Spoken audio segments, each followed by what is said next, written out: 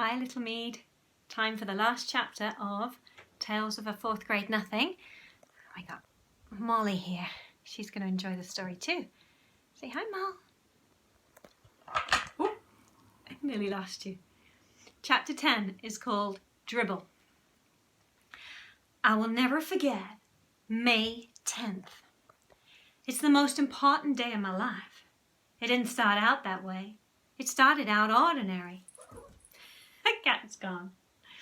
It started out ordinary.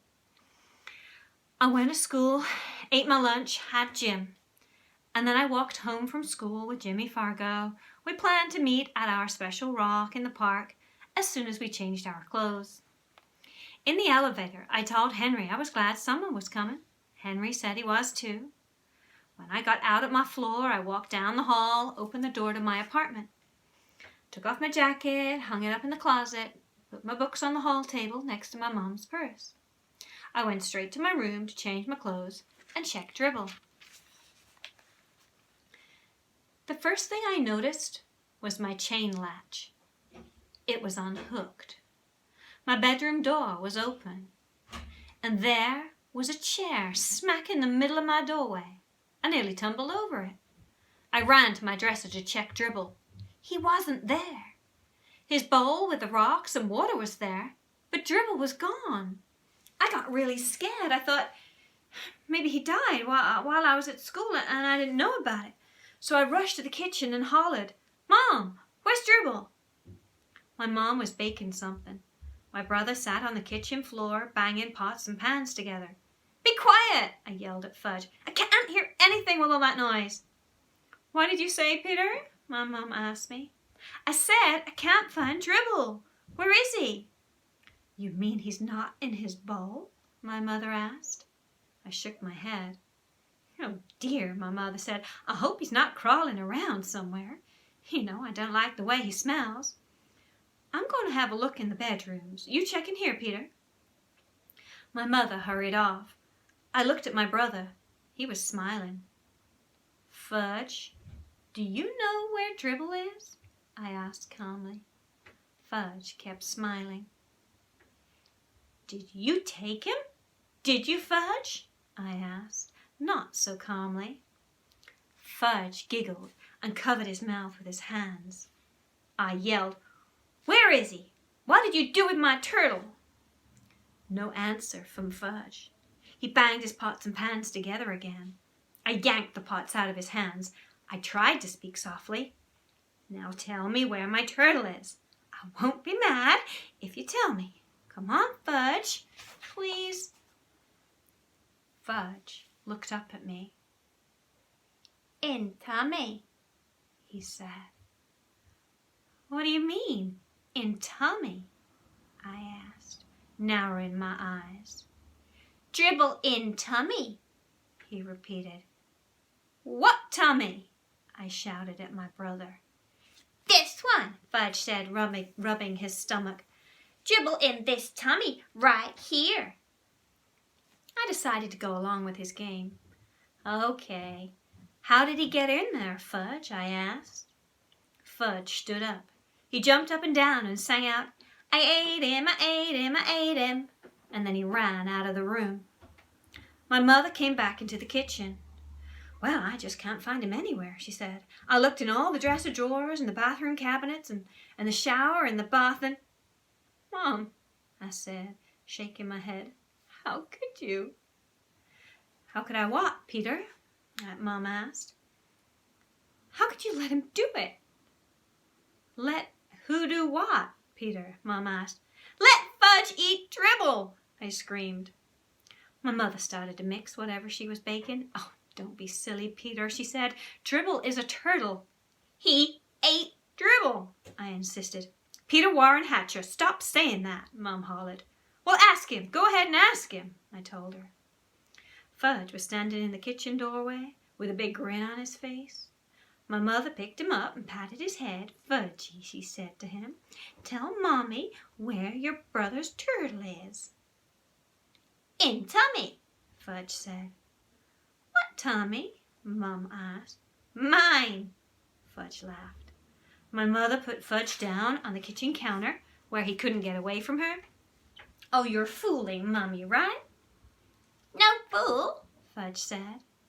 My mom turned very pale. You really ate your brother's turtle? Big smile from Fudge. You mean that you put him in your mouth and you chewed him up like this? Mom made believe she was chewing. No, Fudge said. A smile of relief crossed my mother's face. Of course he didn't. It was just a joke. And she put Fudge down on the floor and gave me a look. Fudge babbled, no chew, gulp, gulp, all gone turtle, down Fudgy tummy. Me and my mother stared at Fudge. You didn't, Mom said. Did so, Fudge said. No, Mom shouted. Yes, Fudge shouted back.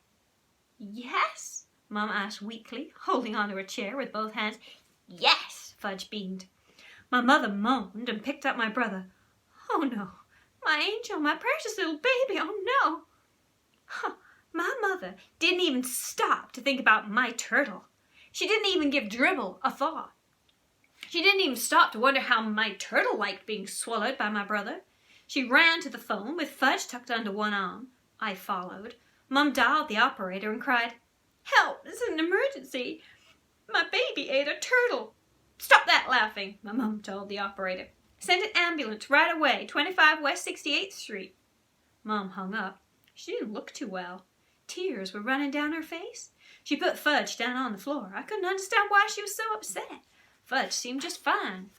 Help me, Peter, Mum begged. Get me blankets. I ran to my brother's room and I grabbed 2 blankets from Fudge's bed. He was following me around with that silly grin on his face. I felt like giving him a pinch. How could he stand there looking so happy when he had my turtle inside him?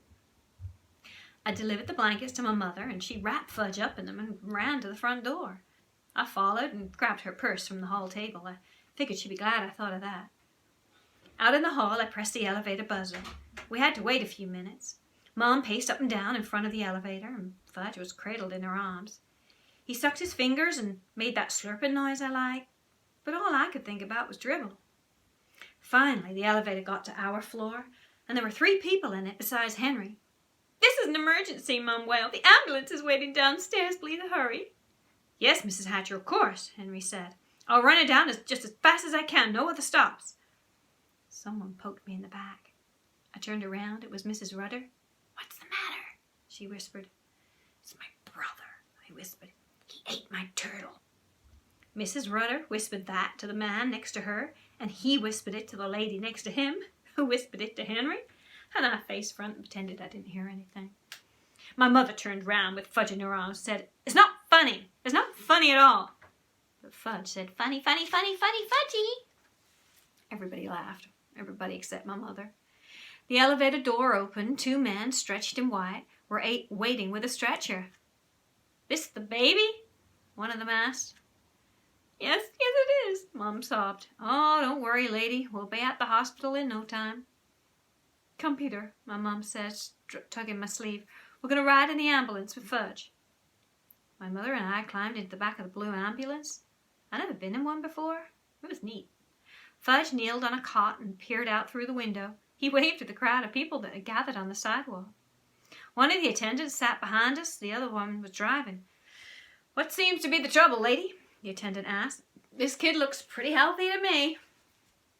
He swallowed a turtle, my mom whispered. He did what? The attendant asked. Ate my turtle, that's what, I told him. My mother covered her face with a hanky and started to cry again. Hey, Joe, the attendant called to the driver. Make it snappy. This one swallowed a turtle. That's not funny, my mom insisted. Well, I didn't think so either, considering it was my turtle. We arrived at the back door of the hospital, and Fudge was whisked away by 2 nurses. My mom ran after him. You wait here, young man, another nurse called to me, pointing to a bench. I sat down on a hard wooden bench. I didn't have anything to do. There weren't any books or magazines spread out, like when I go to Dr. Cohen's office. So I watched the clock and read all the signs on the walls and found out I was in the emergency section of the hospital. After a while, the nurse came back. She gave me some paper and crayons. Here you are. Be a good boy, draw some pictures. Your mother will be out soon. I wondered if she knew about Tribble, and that's why she was trying to be nice to me.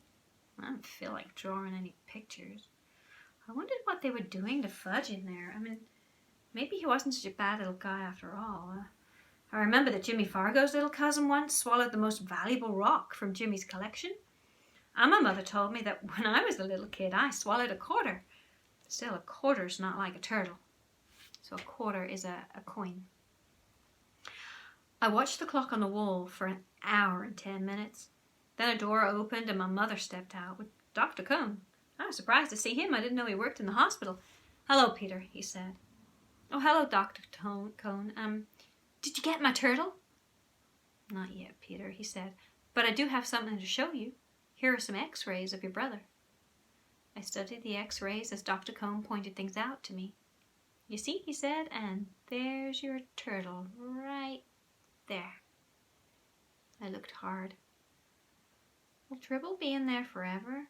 I asked. "Oh, no, definitely not. We'll get him out. We gave Fudge some medicine already. I should do the trick nicely." "What kind of medicine?" I asked. "Well, what trick?" Castor oil, Peter, my mother said. "Fudge took castor oil and milk of magnesia and prune juice too, lots of that. All those things will help to get Tribble out of Fudge's tummy." "We just have to wait," Dr. Cohen said. "Probably until tomorrow or the day after. Fudge will have to spend the night here.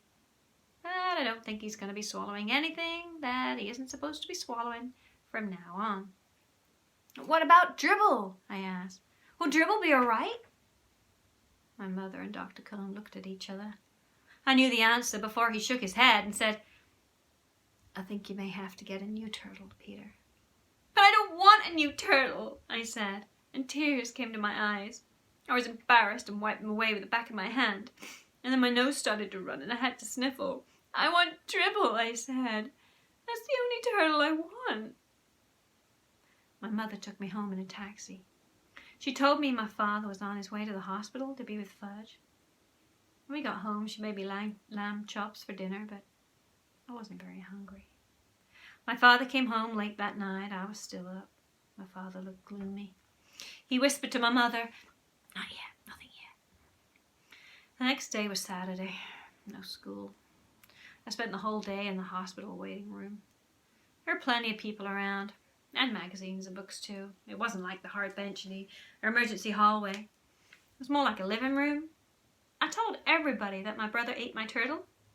They looked at me kind of funny. But nobody ever said they were sorry to hear about my turtle, never once. My mother joined me for supper in the hospital coffee shop, and I ordered a hamburger, but I left most of it. Because right in the middle of supper, my mother told me that if the medicine didn't work soon, Fudge might have to have an operation to get Tribble out of him. My mother didn't eat anything either. That night, my grandmother came to stay with me. My father and mother stayed in the hospital with Fudge. Things were pretty dreary at home. Every hour the phone rang. It was my mother calling from the hospital with a report. "Not yet." "I see," Grandma repeated. "Nothing happening yet." I was miserable. I was lonely. My grandma didn't notice. I even missed Fudge banging his pots and pans together. In the middle of the night, the phone rang again. It woke me up, and I crept into the hallway to hear what was going on. And Grandma shouted, "Woo, whoopee, it's out. Good news at last." She hung up and turned to me. "The medicine has finally worked, Peter. All that castor oil and milk of magnesia and prune juice finally worked. The turtle is out." "Alive or dead?" I asked. "Peter Warrenhatcher, what a question!" Grandma shouted. So, my brother no longer had a turtle inside of him. But I no longer had a turtle. I didn't like Fudge as much as I thought I did before the phone rang. The next morning, Fudge came home from the hospital. My father carried him into the apartment. My mother's arms were loaded with presents, all for him. She said, "Fudgy can have anything he wants, anything at all. Mommy's so happy to have that her baby is all better." It was disgusting. Presents and kisses and attention for Fudge. I couldn't even look at him. He was having fun, and he probably wasn't even sorry he ate my turtle. I've only got 2 pages left, but I'm out of time, so I'm going to record 1 more minute. So When you finish watching this video, watch the next one so I can read you the last 2 pages.